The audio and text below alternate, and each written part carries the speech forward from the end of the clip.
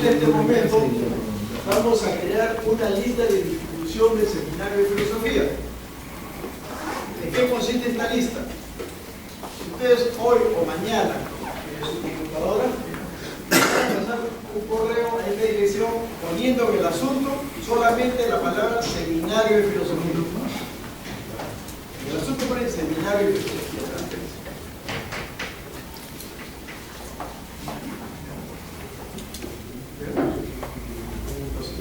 Con todas las direcciones de los participantes y solo lo que digan ahí, seminario de filosofía, porque si no ponga eso, no va a recibir la notificación. Voy a crear una lista de distribución. Soberano. ¿Qué objetivo? Soberano. Por favor. Primero, les voy a pasar la bibliografía creada por el expositor. Hasta el día de hoy no pudimos distribuirla porque no sabíamos quiénes se habían inscrito. El expositor nos ha pasado una bibliografía de consulta.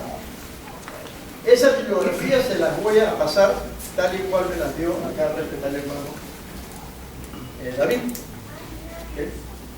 También le vamos a pasar las conclusiones de la exposición y la vinculación con la masonería, que es el objetivo. ¿Cómo podemos vincular estos conceptos filosóficos con la masonería?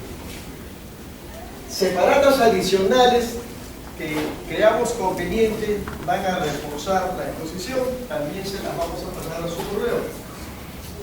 Anuncios que quisiéramos que ustedes se enteren, a veces hay mítines, a veces, no sé, cualquier anuncio que nosotros quisiéramos que entren al blog del Supremo Consejo para que revisen alguna información o para que bajen de Dropbox o de Mega más información, todo eso se lo vamos a pasar en anuncio.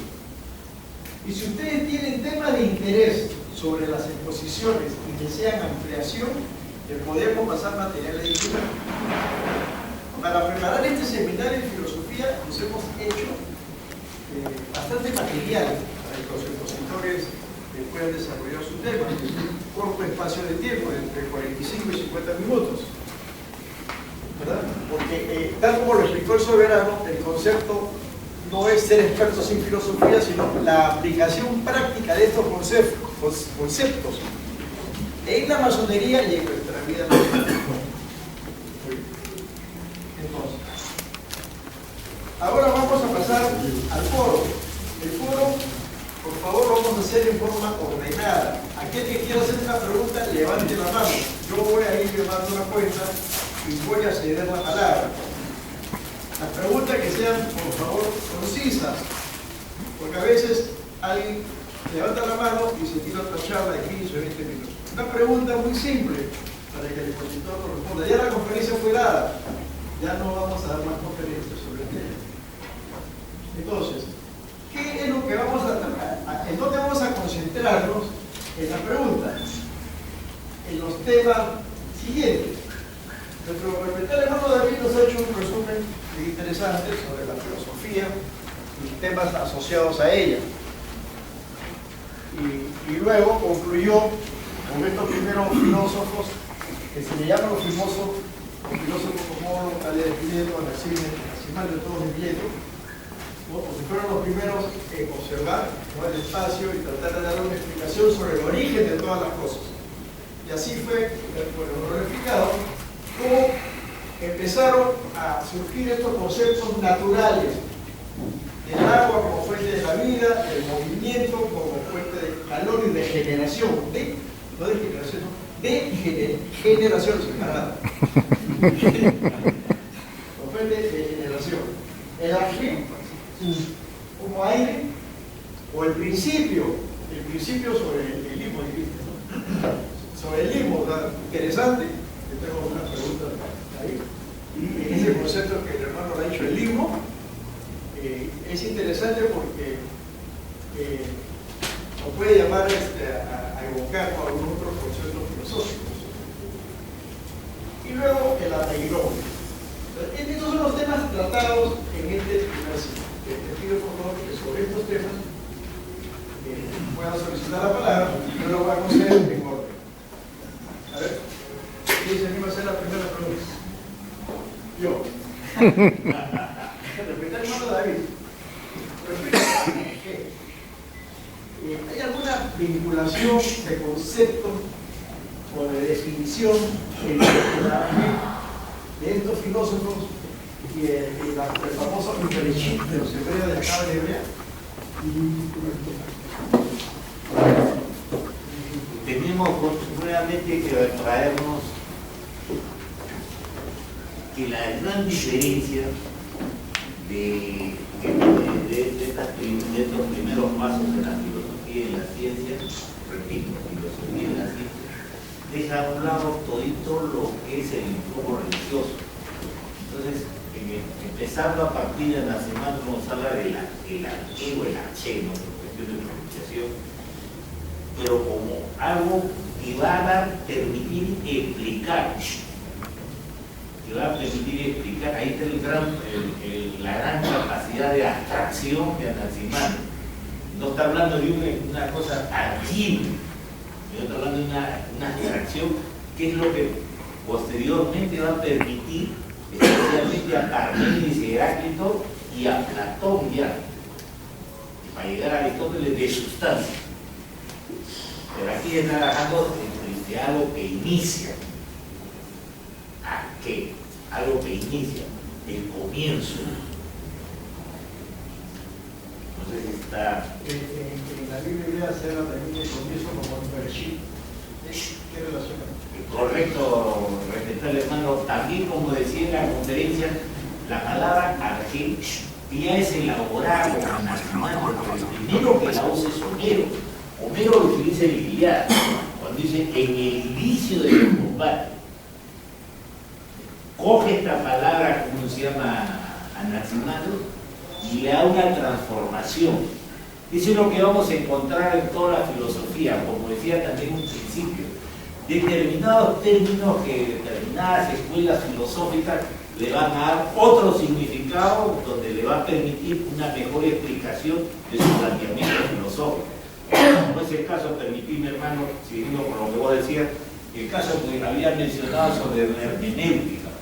Nosotros desde el punto de vista de la hermenéutica, como término antropológico del grupo religioso, sabemos que hay la cuestión exégesis y la cuestión hermenéutica. Exégesis es lo que nos permite la interpretación de los libros judeo-cristianos y hermenéutica lo que nos permite la interpretación de todos los libros de la religión. Entonces, un poquito que regresando, entonces, son los términos que determinada escuela le da una determinada connotación.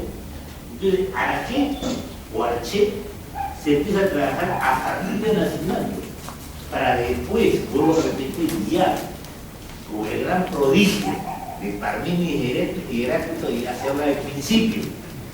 Y llegamos a Aristóteles, el gran retórico, y ya se dice sustancia. Sustancia. Y con respecto al libro que tú... Es correcto, pero vuelvo a repetir, aquí también hay una cosa que no decía anacronismo. Muchos escritores nos hablan, por ejemplo, de la cosmogonía o la cosmología, ya que de Anaximandro, y ya pensé cómo se llama de Anaxímenes.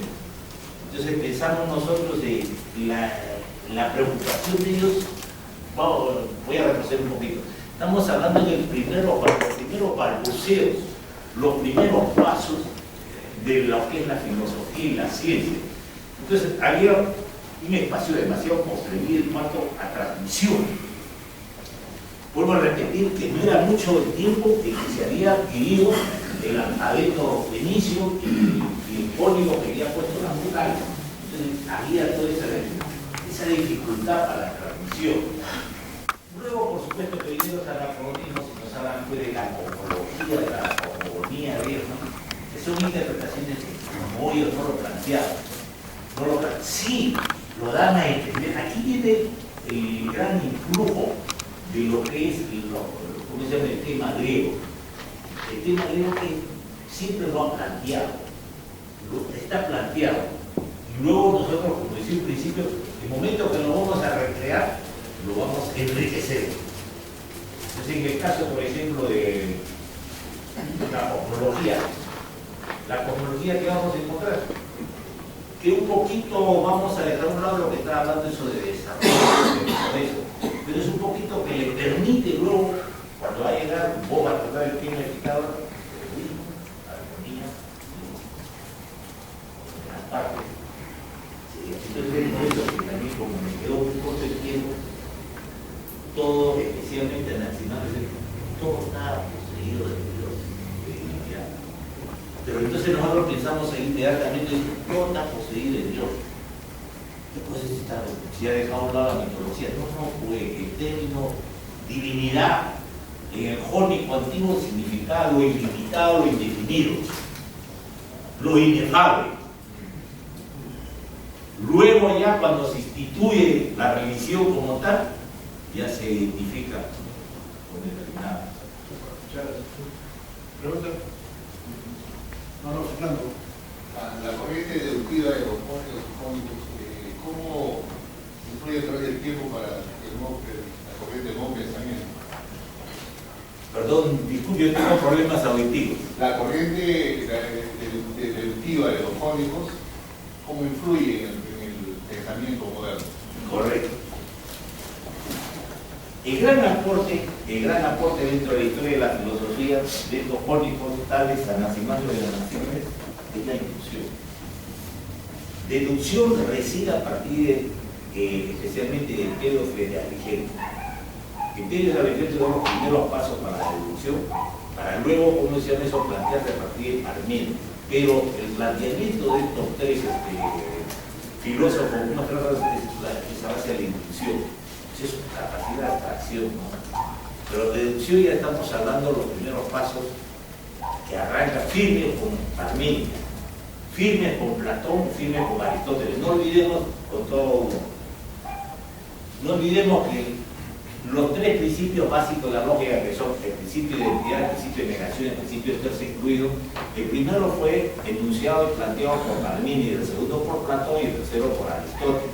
Entonces, cuando hablemos de deducción, hablemos cuando ya hay una estructura y un planteamiento lógico, que ellos sí, con esa capacidad de abstracción, lo plantearon, entonces ya en lo sucesivo lo desarrollan. Pero no como hemos dicho al principio, que va a venir una línea, como dice Hegel, una línea muy inspirada también con la cuestión del positivismo de Comte, ¿no? Una interpretación lineal de la historia, no. Porque nosotros, vuelvo a repetir, podemos nosotros enfrascarnos nuevamente en el tema de Tales, enfrascarnos nuevamente en el tema de Anaximandro y vamos a descubrir cosas nuevas. Y vamos a seguir descubriendo cosas nuevas.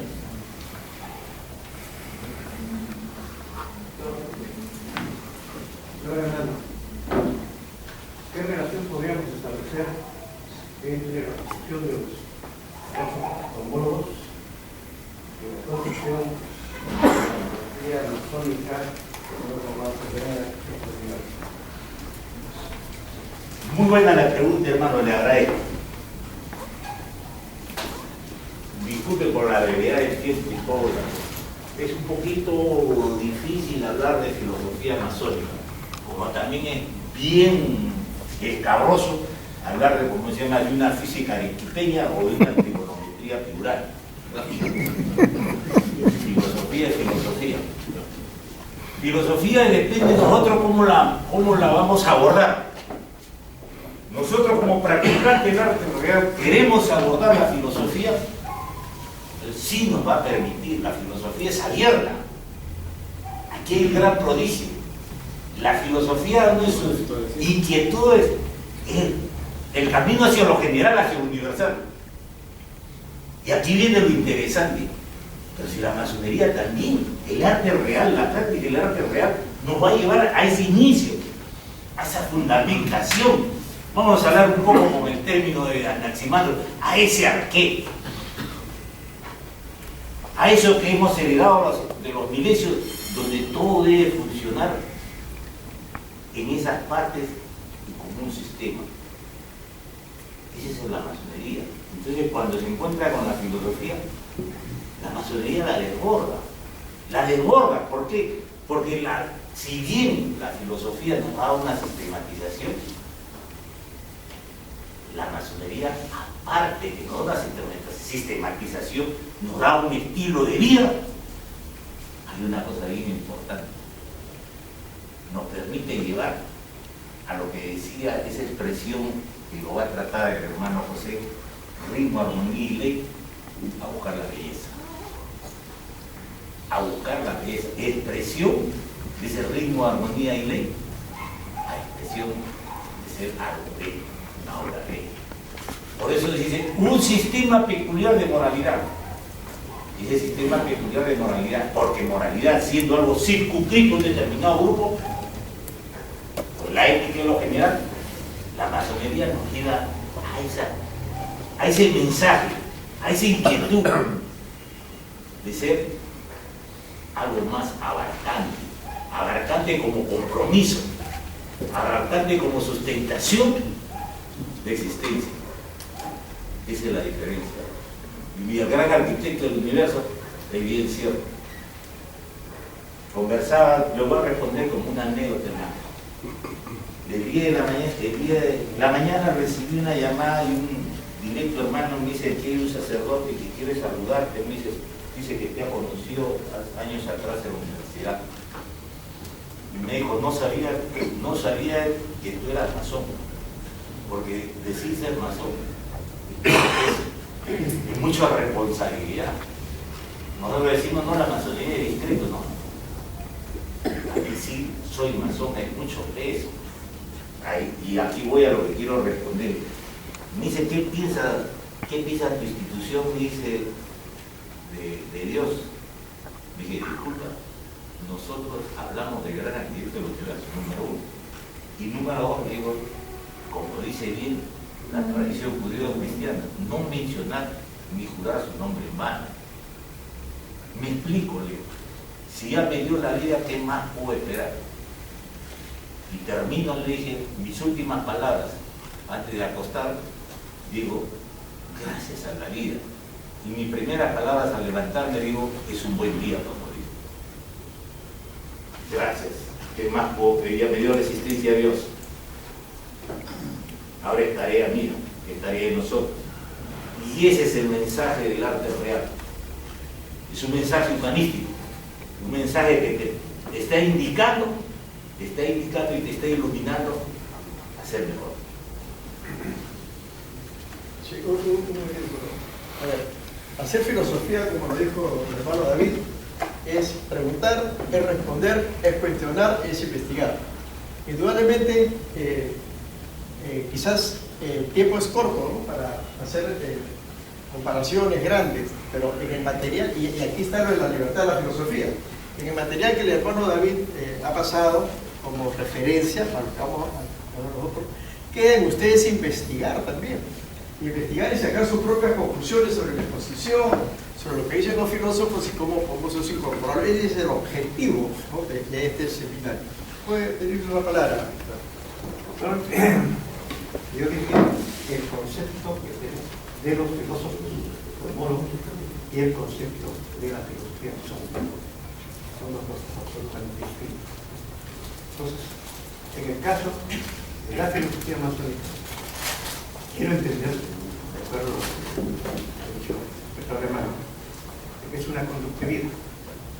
En el otro caso, es un estudio doctrinal. ¿Me explico? Por eso.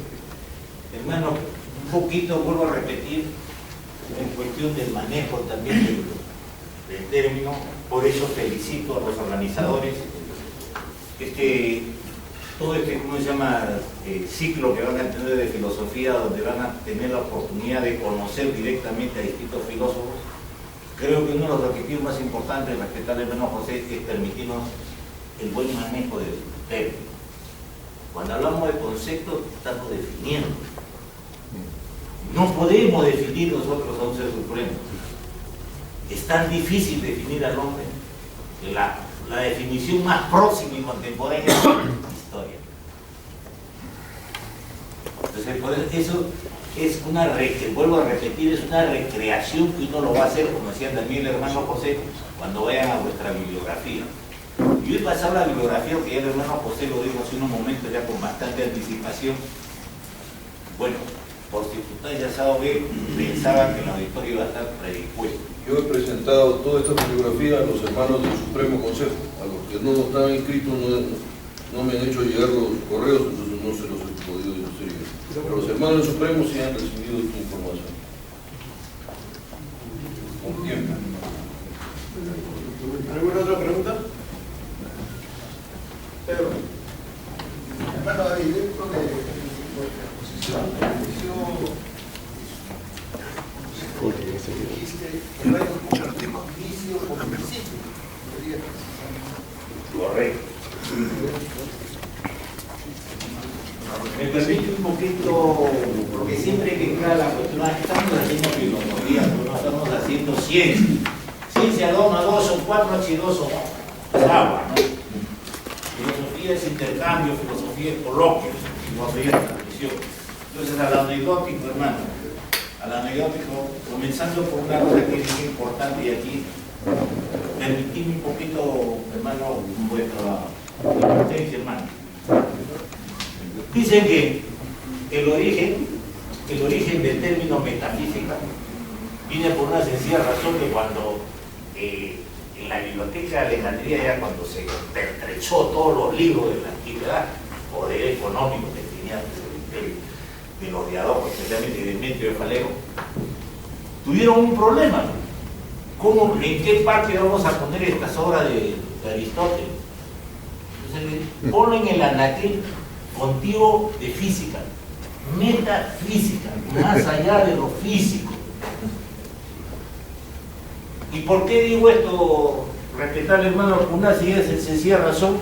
Cuando hablamos de inicio, hablamos del principio, hablamos netamente de una posición aristotélica. Aristóteles, todo su planteamiento, toda su inquietud filosófica es retórica. Es más, siempre él dijo, no le entiendo mucho a Platón porque es muy matemático. Entonces, ¿qué tenemos entonces con Aristóteles? Tenemos, vuelvo a repetir, lo que ya con ese manejo que estábamos hablando de los 3 principios lógicos, nos permite retóricamente, lógicamente, circunscribir la extensión de un término dentro de sus caracteres generales, dentro de sus caracteres particulares. Ya nos permite, entonces, para sintetizar, respetar hermano, inicio, vamos a hablar del primer impulso, que es lo que nos quiere decir estos jónicos. Y cuando nos habla de cómo se llama el principio Aristóteles, nos está hablando de lo que es consecuencia, un poquito ya después del motor móvil, ¿no?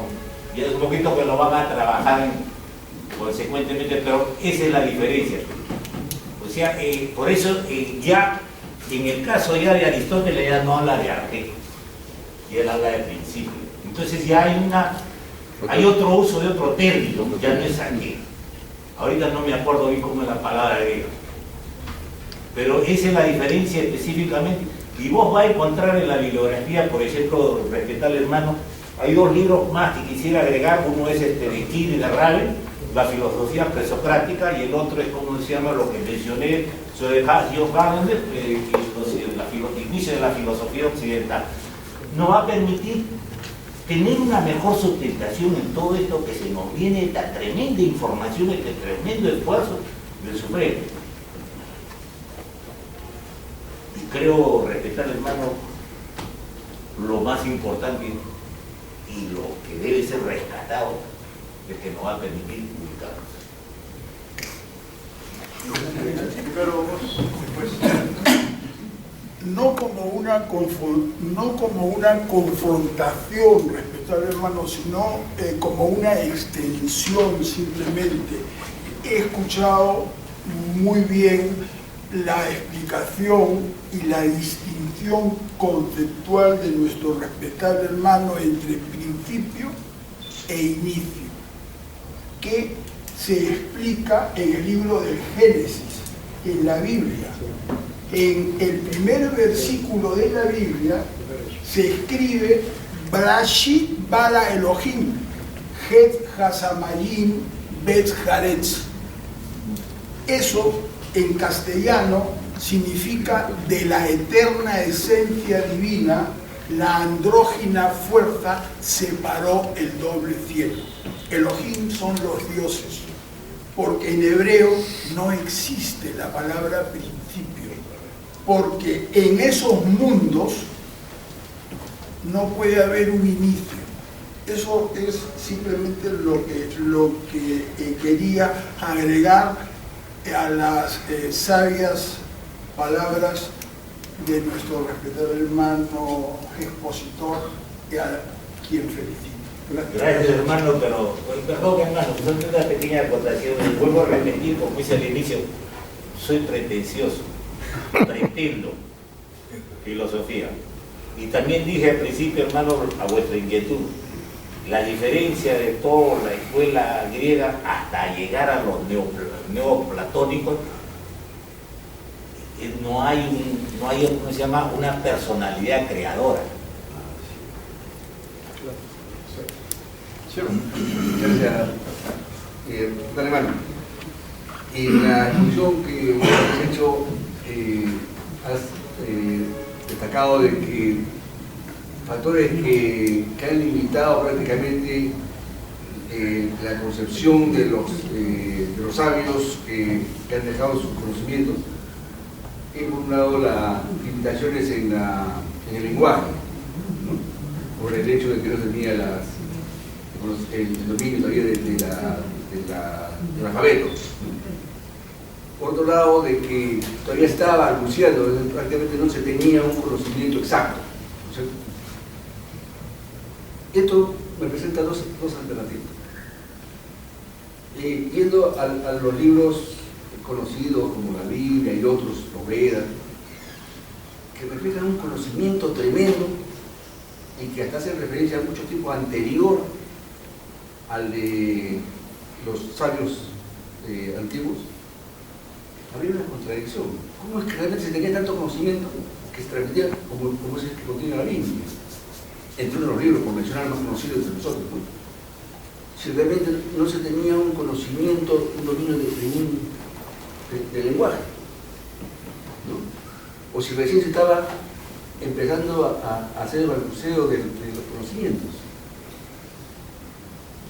Hermano, decíamos también al principio, uno de los más grandes aportes de la cultura griega es la adaptación del alfabeto fenicio con las vocales.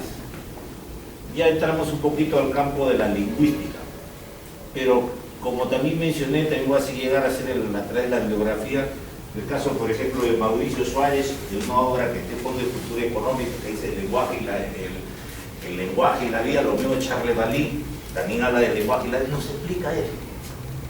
Nos explica que el lenguaje como herramienta cada día se está recreando.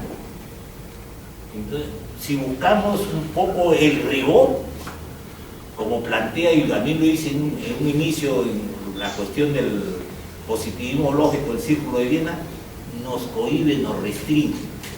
El lenguaje tiene que ser plástico, el lenguaje tiene que ser muy emotivo. Que ahora viene el gran problema de las traducciones, como decían, me acuerdo en el Renacimiento, de traductores, traidores, ¿no? Pero a veces hacemos anacronismo, y también lo he mencionado. Hacemos hablar a determinados autores lo que ellos nunca plantearon. Entonces, estamos hablando ahora de Tales, Anaximandro, de Anaxímenes, pensemos en los primeros balbuceos. Concretamente, lo que nosotros conocemos como la Ilíada y la Odisea, siglo IX a.C., fue redactado en la época, como se llama, de Pisístrato. Antes era la transmisión oral. Y dentro de esa oralidad, la riqueza estaba no tanto en lo gestual, no tanto en el buscar la asociación de los términos para poder, ¿cómo se llama?, transmitir. Es más, en un inicio, el lenguaje griego, por eso que decía también hace unos momentos, nos va a permitir llegar a Pitágoras, donde habla de ritmo, armonía y ley, nos permite descubrir la musicalidad. el lenguaje, el término es musical. Entonces nosotros sabemos utilizarlo, nos va, vamos a obtener una mejor transmisión, porque el lenguaje no solamente es una cosa objetiva, también tiene una fuerte carga subjetiva. Espero, un poco para centrarnos, nosotros estamos hablando de filosofía de los 600 antes de nuestra era. De ahí hemos partido en este seminario. Pero no debemos olvidar que hace más de 1500 años antes de nuestra era teníamos la tradición, entre la cual conocemos la tradición iniciática, la cual pueden ustedes tener acceso a través del corpus hermético, que es de donde viene la sabiduría de los griegos. sabiduría. Entonces, nosotros estamos empezando desde el 600 para adelante. No estamos abordando los primeros principios, la tradición oral. No lo estamos abordando. Normalmente eso lo abordamos en los estamos hablando de filosofía, que toma este concepto de filosofía. Mi hermano José, yo le recomiendo bastante a mi queridos hermanos con bastante cariño. No es un libro que tiene solamente 75 páginas. John Gadamer, Los inicios de la filosofía occidental. Es un libro que a Gadamer siempre lo inquietó. ¿Por qué lo inquietó? Porque lo invitaron a dar unas conferencias en Italia y no manejaba muy bien el italiano. Entonces cuando lo transcribieron la conferencia y lo leyó, él dijo, no sirve, esto no es lo que he querido decir. Entonces luego lo transcriben al alemán, me lo corrige todo y también vuelve a hacer otra observación. Dice, han transcrito todo, pero no han transcrito la emoción que yo he dado en esta conferencia. Son 65 a 70 páginas y está asequible en la red. John Gadamer se lo va a hacer llegar a traer el hermano José, Los inicios de la filosofía occidental. Este fin de semana, en un ejercicio de meditación, se lo recomiendo. Hermano Roger. Sí, yo creo que es pertinente. Creo que estamos tratando los comienzos del pensamiento humano, ¿no? Cuando el hombre vivía en la oscuridad, confundido, para darse respuestas a sí mismo, cuando fue tomando conciencia de que era diferente a las demás especies, de dónde venía, quién era él, y a dónde iba, ¿no? Las preguntas trascendentales del ser humano. Entonces, la escuela jónica ya adelanta uno de los valores que intenta ahora la masonería, no bien definido todavía, y que ha ido desarrollando hasta el siglo XIX, se consolidó, es el valor de la libertad. Indudablemente tiene un sustento filosófico, el valor de la imparcialidad, el valor de la igualdad. Entonces, todas las filosofías, las escuelas filosóficas han ido creando formas políticas de organización que han tenido influencia en la sociedad. Entonces, quizás más adelante, en otro sitio vamos a ver ya cómo desde los comienzos del hombre ha ido buscando la perfección de su vida, de su sociedad, ¿no? Llegará al final a ver cómo es que avivó el hombre a que debe ser libre, que debe vivir en una sociedad igualitaria y en una sociedad fraterna. Creo que al final de cuentas ese va a ser el mensaje para relacionarlo con nuestra inquietud, darle mano, ¿no? El seminario filosófico en relación con la masonería. El tema principal de la masonería es libertad, igualdad y fraternidad. Sí, una vez las conclusiones que la comisión está elaborando están referidos finalmente a ese tema. ¿Sí? Vuelvo a repetir lo que dijo hace un principio, ¿no? La ley de la palabra, como dije hace unos momentos. Esa es una cosa también simple, ¿no? Aristóteles nos ha dominado 14 siglos, que siempre se con la cuestión de Aristóteles. Bueno, hermano, hablar de libertad, hablar de igualdad, de fraternidad es un tema que es ejercicio de diferentes escuelas. Entonces, vuelvo a repetir lo que dije hace unos momentos. Nosotros, practicantes del arte real, podemos abordar la filosofía, sí, como también lo puede abordar un musulmán, como también lo puede abordar, como se llama, un hindú, la filosofía. Y el quid del asunto está cómo la filosofía nos va a encaminar, cómo la filosofía nos va a permitir desarrollar, entre comillas, o dar una mayor amplitud a aquella inquietud que tenemos, libertad, igualdad, fraternidad, como vos has mencionado. Pero no pensemos que eso es solamente una cuestión muy exclusiva, o llámese de la masonería, o muy exclusiva, vamos a hablar del movimiento, como se llama, ya ahora último, que está planteando en Estados Unidos de Estados. Es algo que la filosofía nos va a permitir. Por eso, un poco regresando, como se llama, al término, como mencionaba el hermano teológico, escudriñar, hermano. ¿Alguna otra pregunta?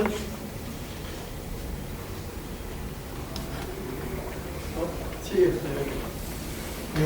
hermano David, una pregunta que al comienzo de nuestra disertación lo dio como un avance y ahí se quedó. Pero la masonería lo toma a veces muy en serio. Y el que estudia filosofía comienza a dudar. Me refiero, leyendas, mitos, realidades o tradiciones. A través del tiempo, el ser humano tiene otro pensamiento del que fue originalmente. La filosofía se ha nutrido de eso y algunas cosas, cuando llegas a filosofar, como dicen entre comillas, ya dudas de todo eso. No existe el mito, no existe la tradición y tampoco existe la leyenda. Hermano, esas son sistematizaciones, lo que nosotros conocemos dentro de la historia de la filosofía y dentro del campo de la historia de la cultura, lo que es el idealismo. Idealismo planteado como el primer paso a partir, como se llama, de la escuela francesa, como se llama, dudo que eso luego existe. Correcto, pero no, hermano. Voy a decir, hoy por hoy el tema que vos estás mencionando es un tema apasionante que se está desarrollando en la historia como disciplina que investiga esa inquietud del hombre en buscar su realización. Entonces yo en principio hablé de tres parámetros, ¿no? Entre lo que es mito, y lo que es leyenda y lo que es utopía.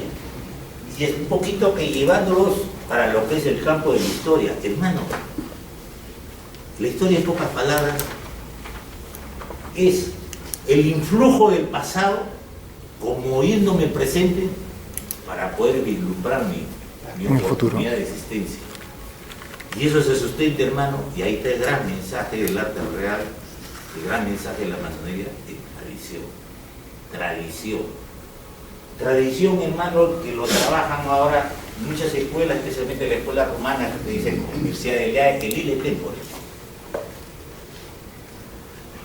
El ille tempore, hermano, somos ritualistas, sí. ¿Y por qué somos ritualistas, hermano? Pues nos dicen nuestros manuales, este templo está consagrado.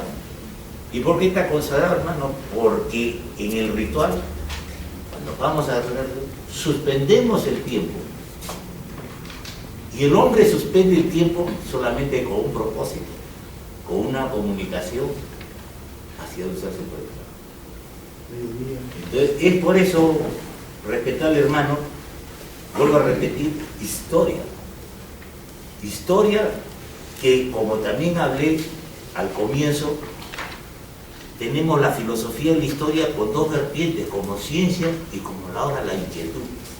Hoy por hoy es un tema que se está discutiendo bastante. Yo a través del, ¿cómo se llama?, el portal del Mayete, puse una frase que me conmovió fuertemente de Caramel, donde dice, más o menos así dice, la noche del recuerdo es la muerte. La noche del recuerdo es la muerte. O sea, ahí está el punto. Ahí está el punto, el recuerdo, la memoria.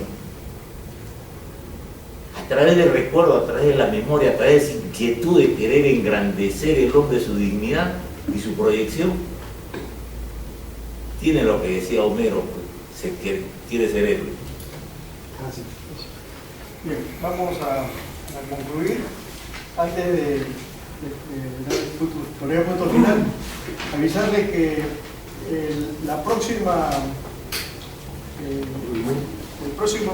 el programa continúa el viernes 24 de octubre a las 7:30 de la noche en punto, con la parte 1 de la Escuela de Criterios Pitagóricos. Y también decirles como conclusión final que los temas y los conceptos que estamos esbozando acá no son para repetirlos literalmente, es para que cada uno de nosotros saque, de acuerdo a su formación, de acuerdo a su propia capacidad intelectual, evolución, como queramos llamarlo, saque sus propias conclusiones y haga de esto, como lo hacemos en la materia, la propia interpretación personal para nuestra experiencia. Vamos a ver, en nombre del soberano gran conquistador, nos damos las gracias por la participación y esperamos que tengamos el informe.